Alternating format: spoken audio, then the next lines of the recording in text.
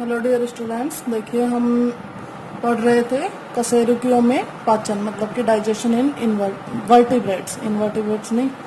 तो इसमें हमने पहले इसका इंट्रोडक्शन देख लिया था। आगे हम देखेंगे अब पाचन की कार्यकी क्या होगी, मतलब कि पाचन किस तरीके से होगा। ठीक है, तो अगर हम वर्टिब्रेट्स में पाचन की बात करें तो सभी वर्टिब्रेट्स में मतलब कि सभी कशेरुकियों में पाचन की क्रिया लगभग कैसी होती है, एक समान होती है, मतलब कि ऑलमोस्ट सेम सी रहेगी। पाचन के समय अनेक हाइड्रोलाइटिक मतलब कि जल अपघटनीय क्रियाएं होती हैं। भाई हमने जो आपको याद होगा कि फैगोसाइटोसिस कराया था, उसमें क्या होता है कि फैगोसाइटोसिस की क्रिया में क्या होगा, लाइसोसोम जाके और फूड पार्टिकल के चारों ओर जमा हो जाते हैं और वो उसको पचा देता है। क्या आपने कभी सोचा है कि भाई वो उसको किस तरीके से पचा पाते हैं? दरअसल लाइसोसोम जो होता है उसके अंदर क्या होता है, कुछ जल अपघटनीय एंजाइम्स होते हैं और वो लाइसोसोम क्या करते हैं, अपने सारे एंजाइम्स को फूड पार्टिकल के ऊपर उड़ेल देते हैं और उससे क्या होता है, उसका डाइजेशन हो जाता है। तो फाइनली डाइजेशन का कंसेप्ट तो यही है कि हाइड्रोलाइसिस मतलब कि जल अपघटनीय एंजाइम जो है उस फूड पार्टिकल को डिग्रेड कर देता है, मतलब कि उसको छोटे छोटे भागों में बांट देते हैं। तो हमने ये तो पहले ही बता दिया था कि जटिल कार्बनिक पदार्थ है या फिर जो भी जटिल पार्टिकल है, फूड पार्टिकल है, उनको तोड़ के सरल में बांटना ही क्या है, डाइजेशन है। अब देखो, अब जब हम डाइजेशन को पढ़ेंगे तो हमें दो चीजें देखनी होंगी।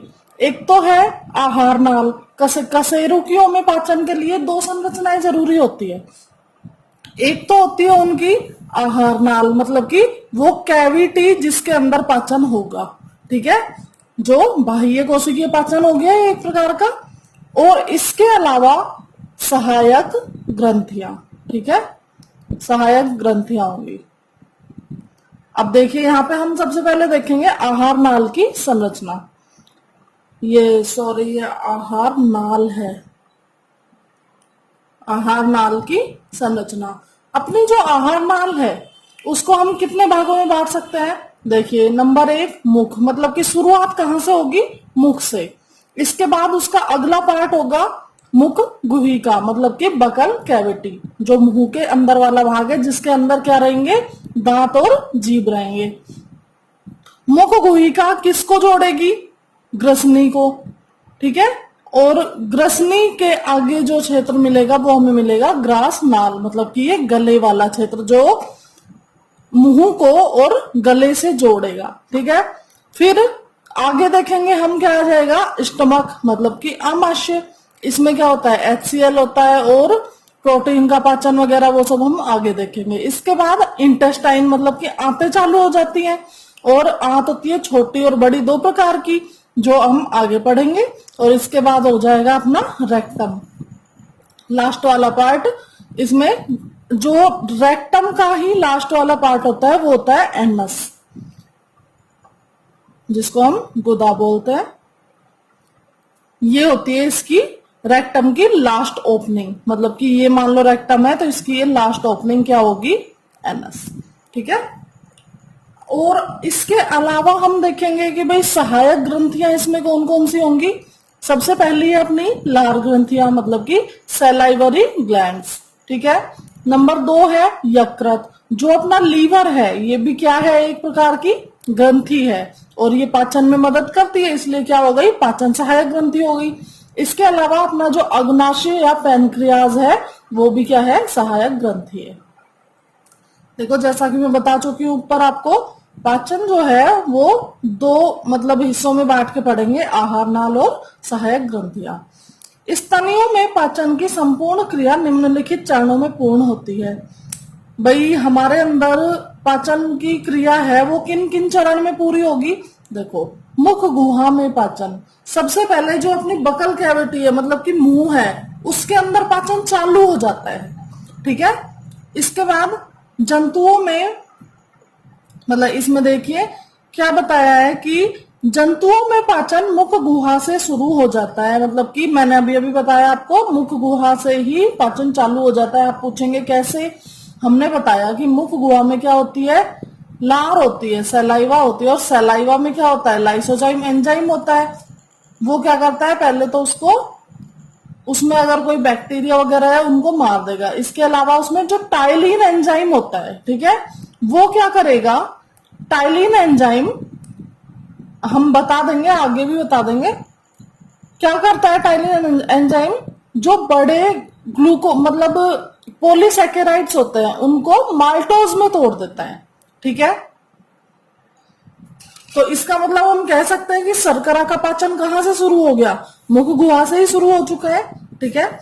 यहां भोजन का मैस्टिकेशन होता है। मैस्टिकेशन मतलब भोजन जब हम लेते हैं तो वो एक बड़े टुकड़े के रूप में लेते हैं और जब वो हमारी ग्रसनी और ग्रासनाल से आमाशय में पहुंचता है उस टाइम हम उसको एक पेस्ट बना के मतलब निगलते हैं। तो उसको बड़े पार्ट से छोटे पार्ट में यांत्रिक सहायता से तोड़ना, मतलब कि जिसको अपन चबाना बोलते हैं, ठीक है। चवर्ण की क्रिया मतलब कि मैस्टिकेशन कहाँ होगा, अपना मुख गुहा में ही चालू हो जाएगा। आगे देखिए, यहां भोजन पर दो प्रकार की क्रिया होगी। अब देखिए, मैकेनिकल और केमिकल। मैकेनिकल का मतलब होता है किसी भी वस्तु द्वारा या फिर किसी भी यंत्र द्वारा, मशीन द्वारा, ठीक है। अब यहाँ पे जो हमारे दांत है वो एक मशीन की तरह ही काम कर रहे हैं। तो यहाँ पे जो मैकेनिकल रिएक्शन है उसमें क्या आ गया, दांतों द्वारा छोटे टुकड़ों में तोड़ा जाना। जो भोजन को दांतों के द्वारा छोटे टुकड़ों में तोड़ा जाता है वो किससे होता है, वो क्या हो गया, यहाँ पे यांत्रिक रिएक्शन हो गई, क्रिया हो गई है, ठीक है। इसके अलावा जब हम रासायनिक की बात करेंगे तो क्या, टाइलिन के द्वारा जो क्रिया हो रही है या फिर यहाँ पे जो माल्टेज पाया जाता है उसके द्वारा जो क्रिया हो रही है वो सब किसमें आ जाएगी, रासायनिक में। मुख गुहा में लार ग्रंथियां उपस्थित होती है जो लार स्रावित करती है। हम पहले ही बता चुके हैं कि मुख गुहा में क्या है, लार पाई जाती है। तो वो निकलेगी कहां से, लार ग्रंथियों से। तो हम कहेंगे कि मुख गुहा में क्या पाई जाती है, लार ग्रंथियां, और वो क्या करेंगी, लार का श्रावण करेंगी। अब देखिए, हम लार ग्रंथियों की बात करते हैं, ठीक है। अधिकांश स्तनी मतलब कि जो ऑलमोस्ट मैमल्स हैं उनके अंदर कितनी लार ग्रंथियां पाई जाती है, 4 जोड़ी लार ग्रंथियां पाई जाती है। अब हमें देखना होगा डिटेल में। सबसे पहली अधः नेत्र कोटर ग्रंथियां मतलब कि इंफ्रा ऑर्बिटल ग्लैंड्स, ठीक है। ये कहां पे होगी, नेत्र कोटर मतलब कि नेत्र कोटर के जस्ट नीचे। नेत्र कोटर क्या है, जहां पे ये अपनी आंख जिस कोटर में या ऑर्बिट में लगी हुई है उसके जस्ट नीचे पाई जाती है, ठीक है। देखिए, यह ग्रंथि नेत्र कोटर के नीचे पाई जाती है। नंबर 2 उपकर्ण या पैरोटिड ग्रंथि।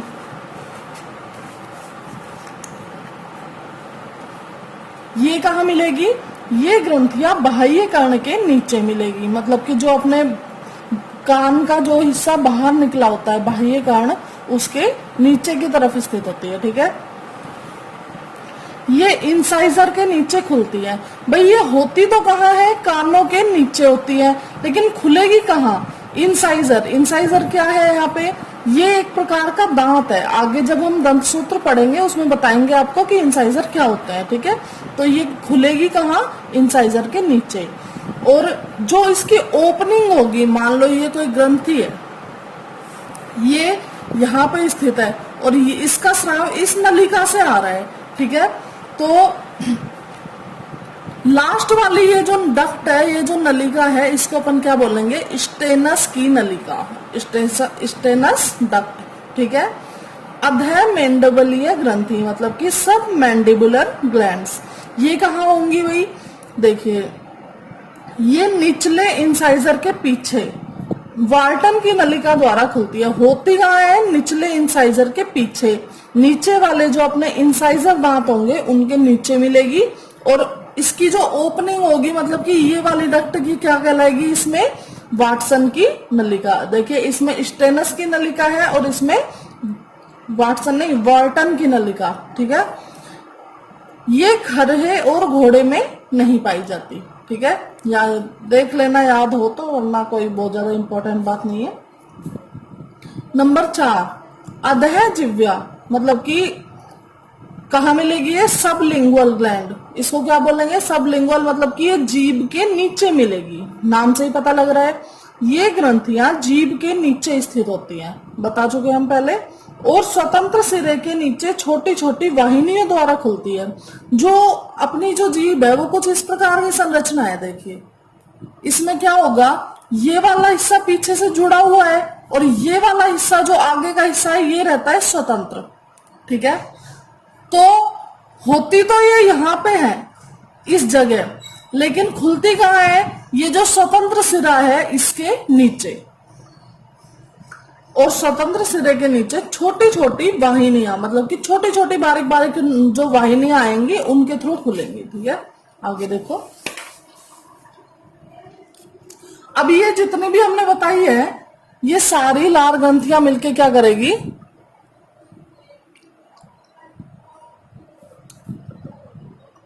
लार का श्रावण करेंगी। ठीक है, देखिए अब लार जो है उसका संगठन क्या होगा, मतलब कि लार में क्या क्या पाया जाएगा।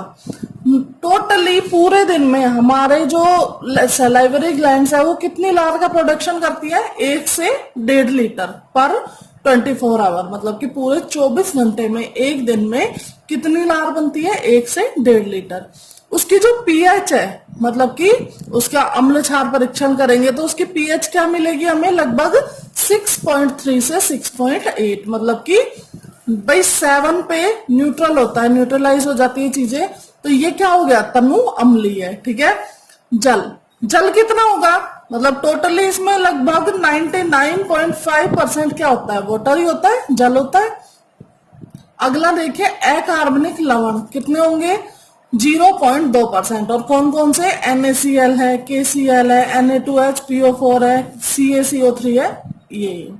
इसके अलावा इसमें कुछ एंजाइम्स जैसे कि टाइलिन है, एमाइलेज, मतलब टाइलिन को ही लारिया एमाइलेज बोलते हैं, और माल्टेज है, लाइसोजाइम है, और इसके अलावा क्या मिलता है, म्यूकस। ठीक है, ये जो म्यूकस है यहाँ पे बहुत इंपॉर्टेंट रोल प्ले करता है। भाई म्यूकस जो है इसका काम क्या होता है, यहाँ पे एंजाइम्स भी हैं, लाइसोजाइम वगैरह, और भी कोई मान लो चीज आएगी तो ये श्लेष्मा क्या करेगा, पूरी मुख गुहा को उससे प्रोटेक्ट करेगा, उसको सुरक्षा देगा। ठीक है, अब देखिए लार के काम देखेंगे। सबसे पहला स्टार्च का पाचन, हम जो भोजन में स्टार्च लेते हैं उसका पाचन करने में लार बहुत ज्यादा महत्वपूर्ण है। देखिए स्टार्च क्या है, एक पॉलीसैकेराइड है। अभी हम जब बताएंगे कार्बोहाइड्रेट का वर्गीकरण पढ़ेंगे ना, उसमें आप देख लेंगे कि पॉलीसैकेराइड, डाइसैकेराइड, मोनोसैकेराइड होते क्या है, वैसे आप जानते भी होंगे। तो स्टार्च क्या है, एक पॉलीसैकेराइड है। तो टाइलिन जब स्टार्च पे रिएक्शन करेगा तो इसको तोड़ के क्या बना देगा, डाइसैकेराइड बना देगा, और फिर इसमें उपस्थित माल्टेज एंजाइम इसको माल्टोज को वापस से मोनोसैकेराइड मतलब कि ग्लूकोज में चेंज कर देगा। और फाइनली पाचन का मतलब ही क्या है, जटिल से सरल बनाना। ठीक है, दूसरा काम इसका देखेंगे, भोजन को नम बनाना। कोई भी भोजन बहुत ज्यादा अगर कोई चीज ड्राई है, मतलब सूखी है, तो उसको हम डायरेक्टली नहीं निगल सकते हैं, इसलिए उसको नम बनाने के लिए, गीला बनाने के लिए क्या होता है, भोजन में लार मिलाई जाती है।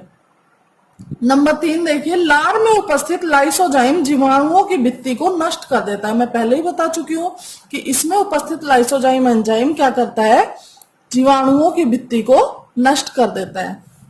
स्वाद ग्रहण करने में, भाई किसी भी अगर भोजन में चबाते वक्त लार ना मिलाई जाए तो उसका टेस्ट नहीं लिया जा सकता, इसलिए स्वाद ग्रहण करने में भी लार मदद करती है। अगला देखिए, लार में उपस्थित श्लेष्मा मुख गुहा को हानिकारक पदार्थों जैसे अम्ल इत्यादि से बचाती है, जैसा कि मैं बता चुकी हूं आपको। यहाँ पे कुछ जंतुओं में लार ताप नियमन में सहायक है, जैसे कि भाई कुत्ता वगैरह जो होता है उनमें क्या होता है कि जब वो बहुत ज्यादा गर्मी उनको महसूस होती है, वो क्या करते हैं, लार टपकाने लग जाते हैं, उससे क्या होता है, इनका ताप नियमन होता है। ठीक है, बॉडी का टेम्परेचर रेगुलेट होता है। लार शरीर में जल संतुलन का भी कार्य करती है, मतलब कि जल संतुलन कैसे होगा, अगर लार कम बन रही है तो मुख गुहे स्तर सूख जाएगा, मतलब कि मुंह सूखा सूखा लगने लगेगा, और हमारे मस्तिष्क को किस चीज के लिए संवेदना मिलेगी, प्यास के लिए संवेदना मिलेगी, मतलब हमारा जो मस्तिष्क है वो बताने लगेगा कि भाई मुंह सूख गया है, इसका मतलब प्यास लगी है। तो ये क्या कर रहा है, जल का संतुलन भी बना रहा है। लार श्रावण तंत्रिका तंत्र द्वारा नियंत्रित रहता है, इसका कोई भी रासायनिक या हार्मोनल नियंत्रण नहीं है। ठीक है, मतलब क्या है कि लार जो स्रावित होगी ये पूरा का पूरा सिस्टम रेगुलेट होगा नर्व सिस्टम के द्वारा, तंत्रिका तंत्र के द्वारा। किसी भी प्रकार का कोई रसायन या फिर हार्मोन लार का कोई नियंत्रण नहीं करता है। भाई अगला जो हमारा टॉपिक है वो है दांत। ठीक है, इसके बारे में हम डिटेल से पढ़ेंगे अगले वीडियो में।